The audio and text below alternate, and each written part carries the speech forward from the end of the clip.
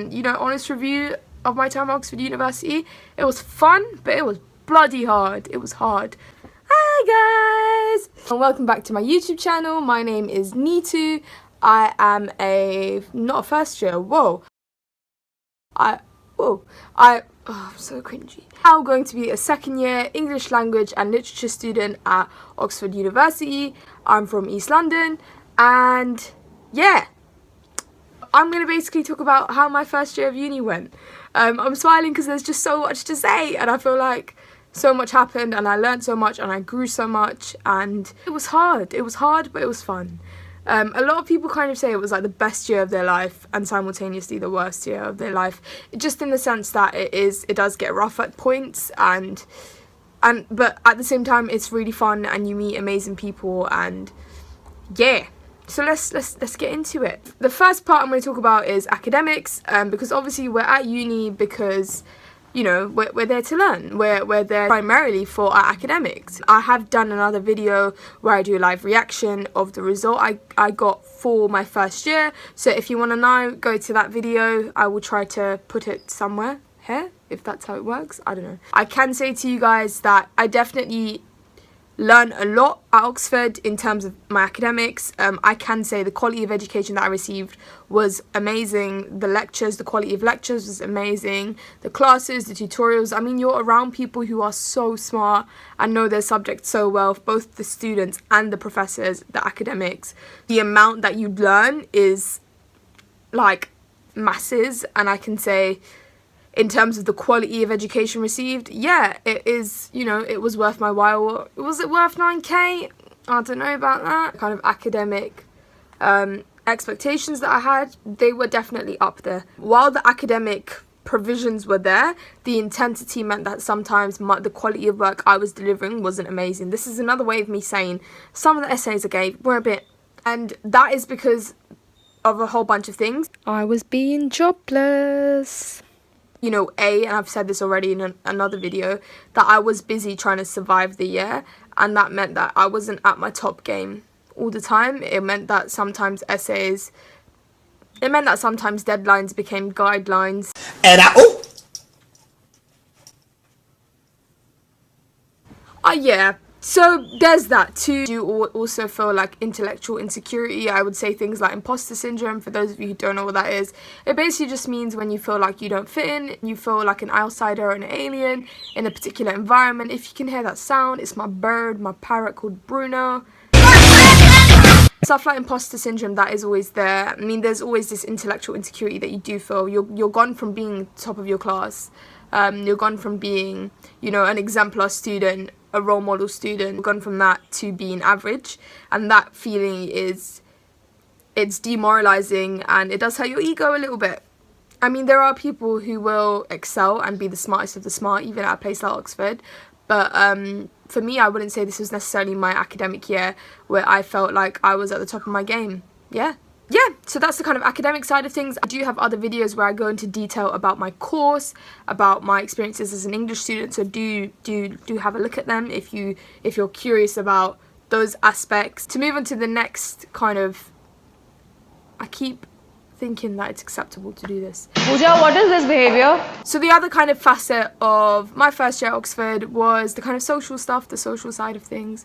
I can say I've definitely met people who I care a lot about, and I know they care a lot about me, and I'm so grateful to have met them. I do feel really blessed to have met the people that I've met. I can say that each term is very different, like the friendships you have in each term do change, and yeah, I've learned a lot about friendship. I've learned a lot about myself this year. I've learned a lot about relationships. And you know, when we think of the word relationship, we always think of it in a romantic sense, but maybe it's not just in a romantic sense. It's just a very holistic word that captures just every relationship, like the kind of relationship you have.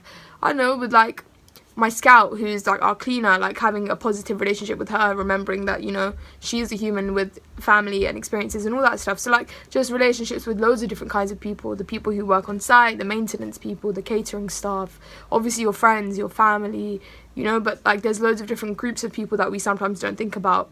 Another thing, you know, I definitely can say I've learned a lot this year about myself, about what I enjoy. When you're under so much stress and academic pressure, you find out you know, it's in moments like this where you find out what your interests are and what makes you happy and what makes you feel less stressed. And I can say with chess that I love spending time with people, and being around people makes me happy, and feeling loved and feeling cared for makes me happy because I'm used to it. I'm from a massive family. I'm used to having people around me all the time, so when you suddenly don't have that, it feels weird and it feels isolating. Some of the things I've realised I absolutely love to do in my spare time is I do love to cook.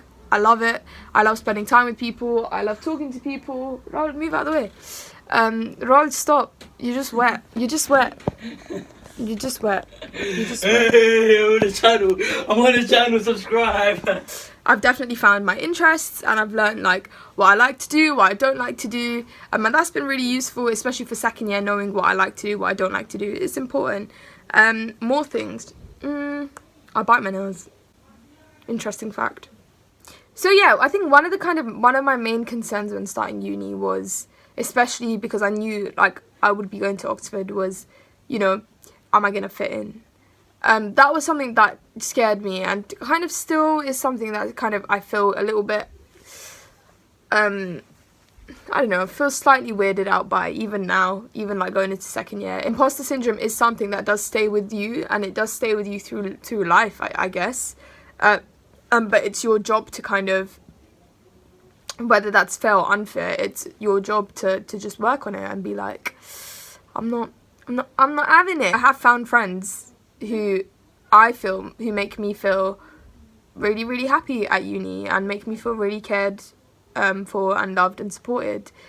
These are friends that I know I will have for a long time.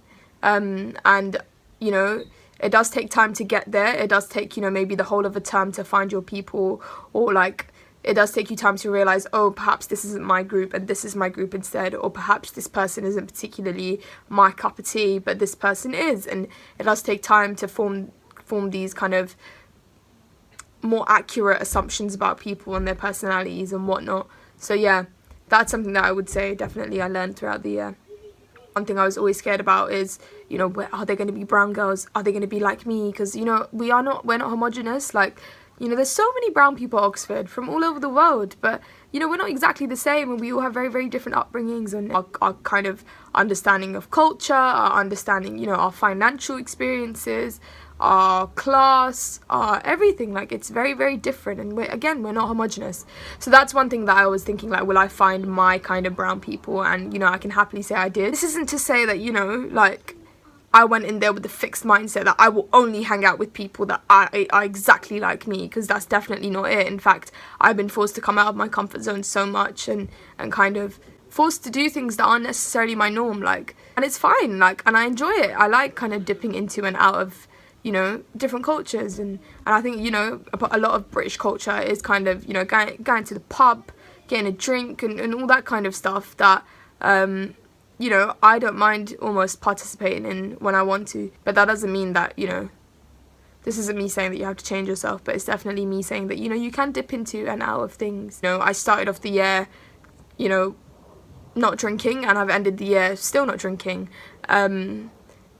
because I'm not into it. Do whatever you want, mate, but my kind of thing is, you know, I haven't felt like I've needed to change to accommodate the white spaces in Oxford. I've definitely had to adjust. I've definitely had to dip into and out of it, but I wouldn't say I've had to fully change the way I am. It's probably the opposite, even. Like, I felt more comfortable and sheltered in spaces where I feel like I belong, which tend to be people from, you know, East London that I found, people who are, you know, ethnic minorities and all that. And this isn't necessarily like me being selective, it's just how it's turned out to be. Like, I didn't go out of my way to be like, oh my god, I'm never going to be best friends with a middle class white person, or I'm never going to be best friends with like a private school person. That's definitely not the way it's been. But it's obviously, it ends up that you share interests with people who are from, you know, similar backgrounds. You know, another thing that I do think is really important to talk about is the M word. So bad, is the M word. Mental health. Mental health is something that, you know, isn't necessarily talked about, particularly in BAME spaces, particularly in South Asian households. It's something that we don't think about. It's something that we've never really had to think about when you're trying to survive and get the bare minimum. When you're trying to come to a country and just earn and have food on your plate, you don't necessarily think about what's going on up there. It's really hot. Woo! Yeah, it got kind of hot, so had to take the jumper off.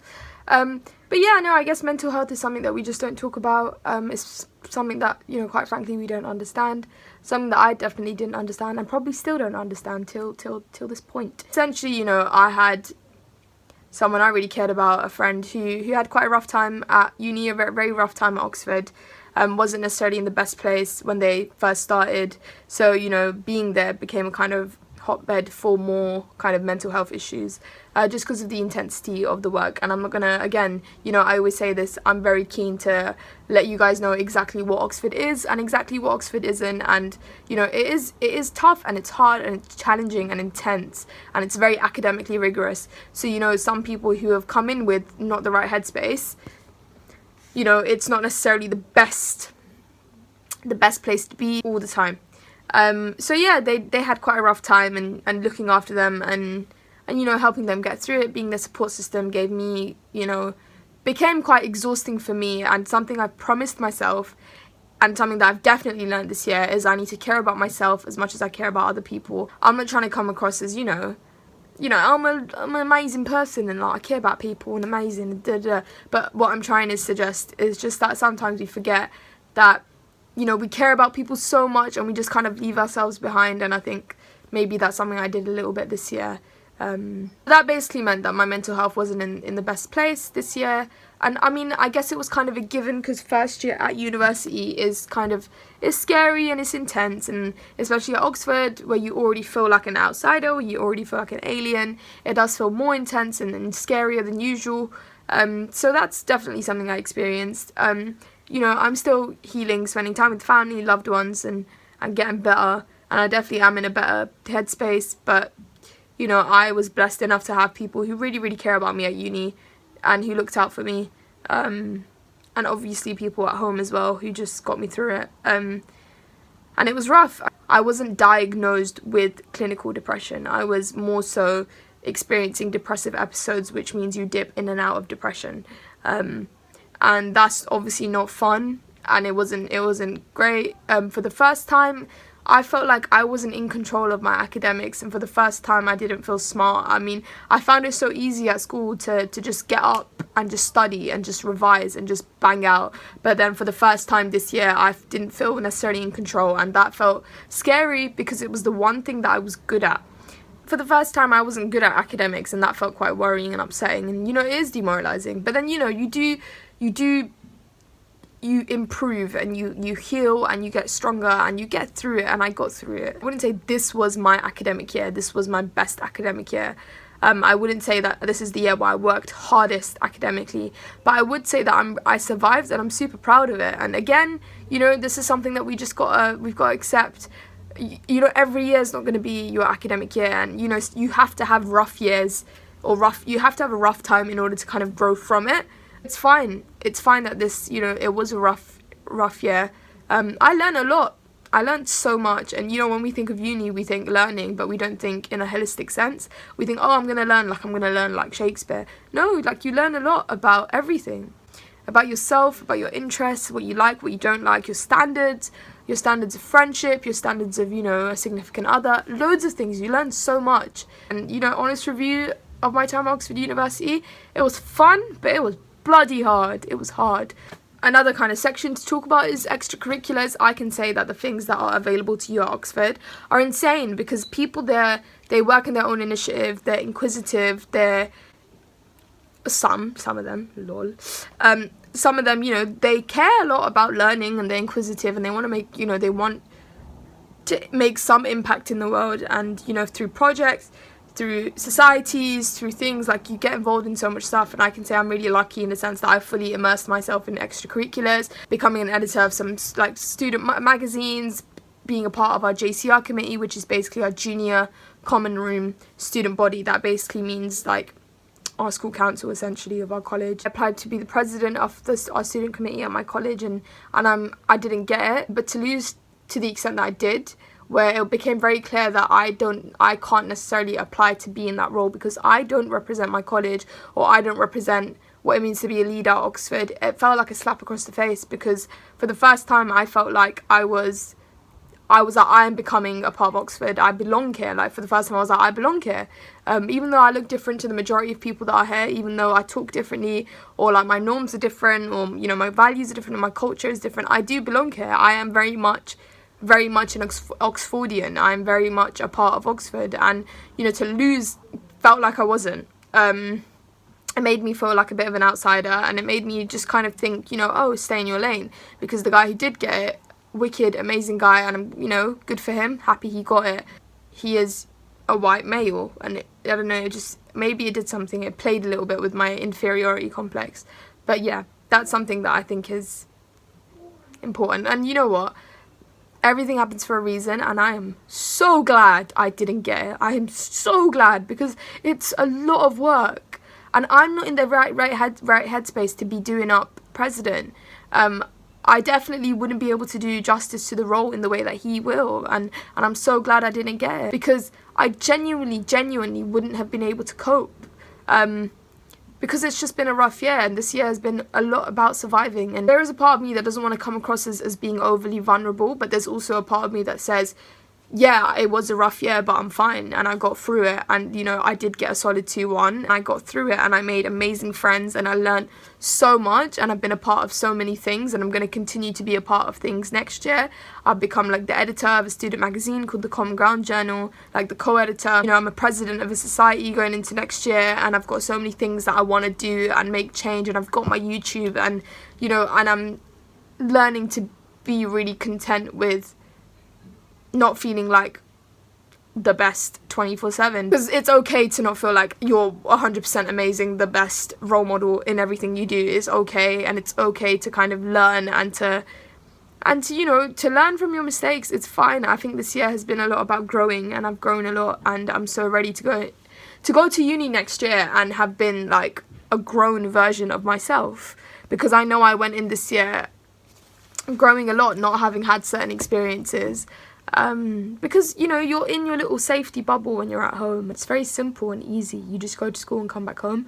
Whereas in uni, it's your entire life, and you fully immerse yourself, especially somewhere as intense as Oxford, or I guess Cambridge as well. So yeah, I learned a lot this year, not just academically. I learned a lot, and I think that's what uni is about. It's about learning. So yeah, that's all I have to say. Thank you so much for watching. I hope you enjoyed the video. Do check out my other videos. I have videos ranging from a week in the life of an Oxford student, a live reaction video to my results, my first ever video that I made at the end of my first term. I will be making new videos where I'll be kind of spilling the tea on the different degrees at Oxford, like medicine, like law, and yeah, and if you guys are watching this before results day, oh my god, good luck. But yeah, that's all I have to say. Please like, comment and subscribe. Share this with people. If you feel like this was a rough academic year, if you feel like, you know, this was your first year at uni, tell me, spill the tea. What did you get up to? And yeah, I think that's all I have to say. Bye. Oh, I'm so cringy.